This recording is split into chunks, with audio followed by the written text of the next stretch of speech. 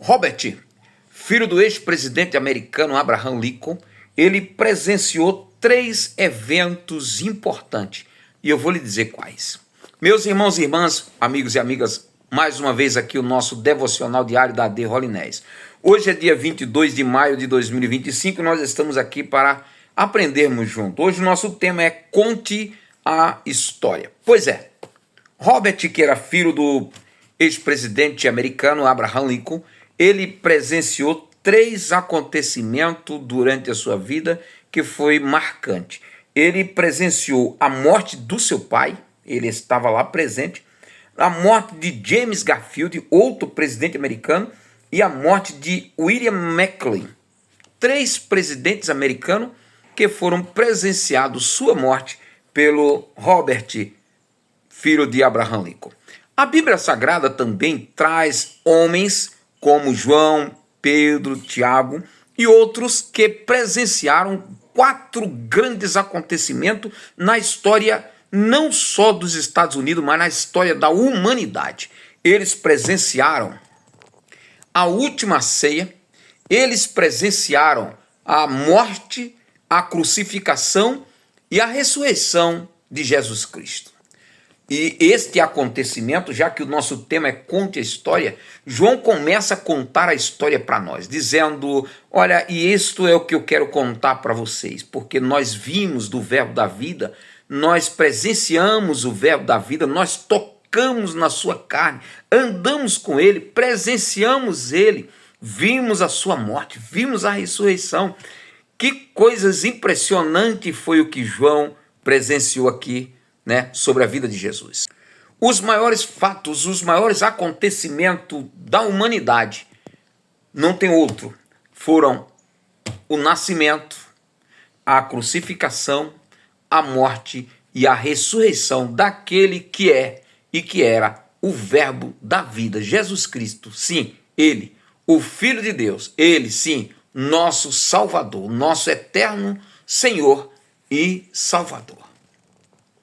Por isso devemos contar a sua história. O apóstolo Paulo, mais tarde, ele disse, não me envergonho do evangelho de Cristo, não me envergonho do evangelho, porque é o poder de Deus para a salvação de todos aqueles que creem. Então vale a pena contarmos a história de Cristo, contar a história da nossa redenção.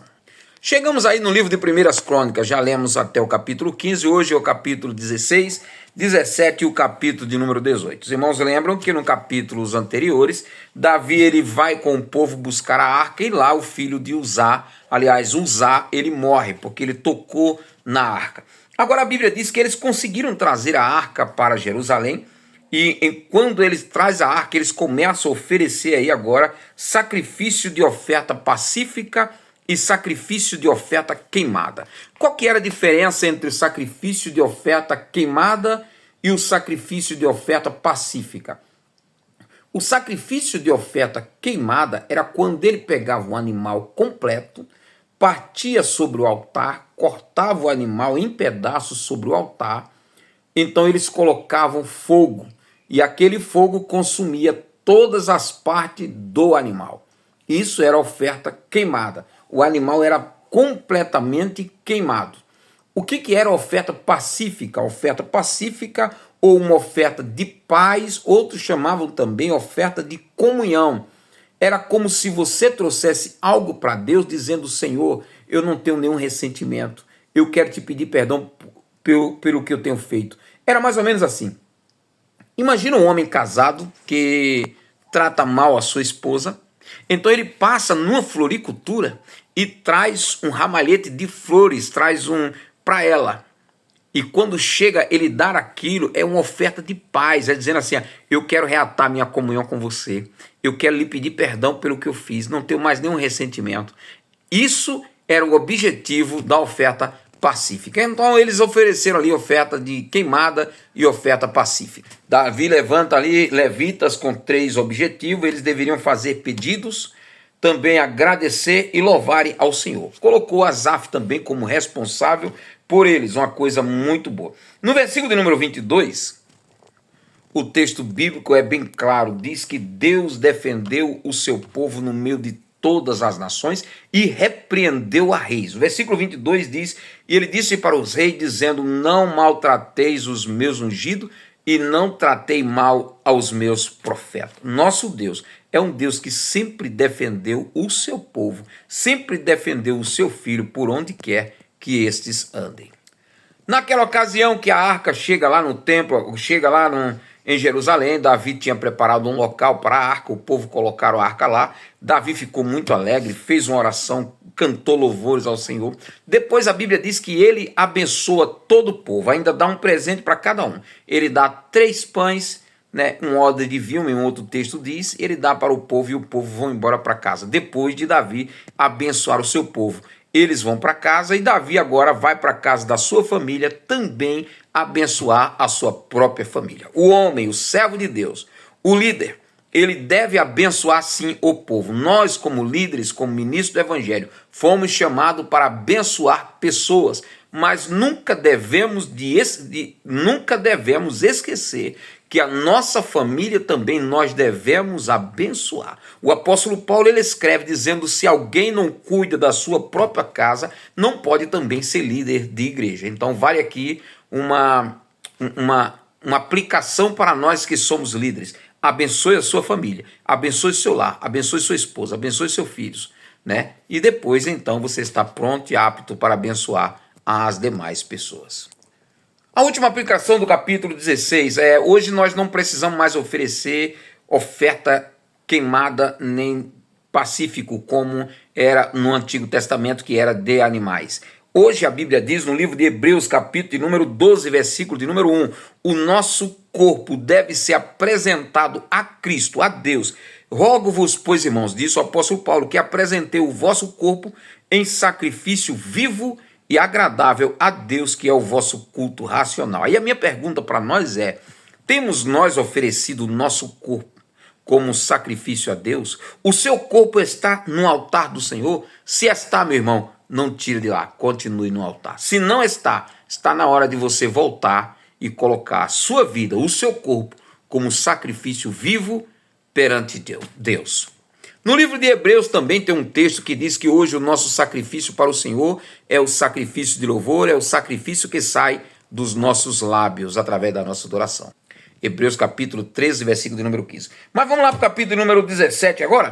Capítulo 17, a Bíblia diz que Davi chama Natã e diz, Natã, eu já estou morando numa casa de cipreste, uma casa muito boa, né? Mas a arca do Senhor está ali jogada lá de fora. Eu vou fazer uma casa aqui, né, para colocar essa arca dentro. Vou fazer um tabernáculo aqui. A Bíblia diz que Natã fala para Davi, faz porque Deus é contigo. Natã vai embora.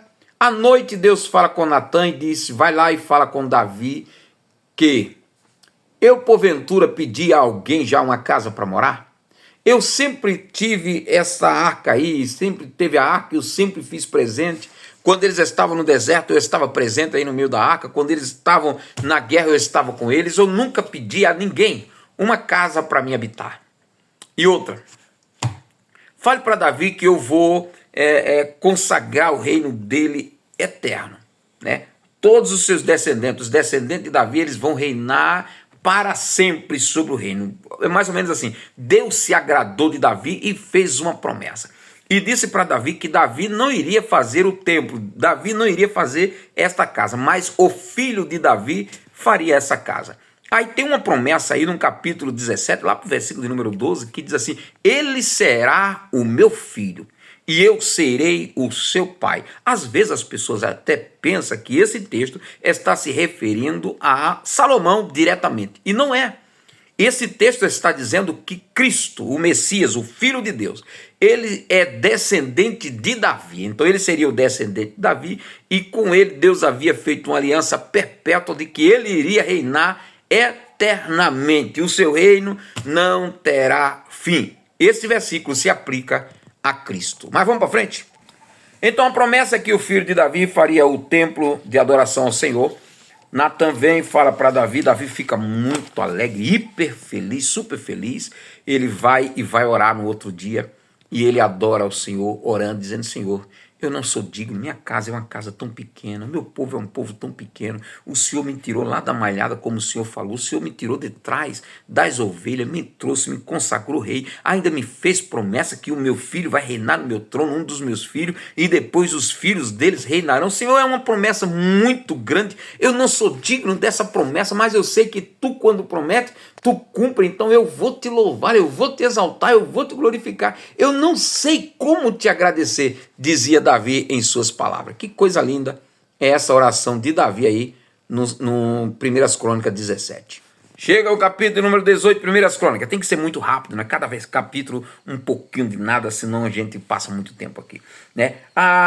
Diz assim, a Bíblia diz que Davi, aqui começa o relatório de algumas batalhas de Davi. E eu marquei aqui no meu rascunho, ele venceu os filisteus, os moabitas, os reis de Zoba, o rei da Síria, né? E o versículo de número 6 diz, sabe por que ele venceu? Porque Deus era com Davi em todo lugar que Davi ia. Esse versículo repete no versículo de número 12.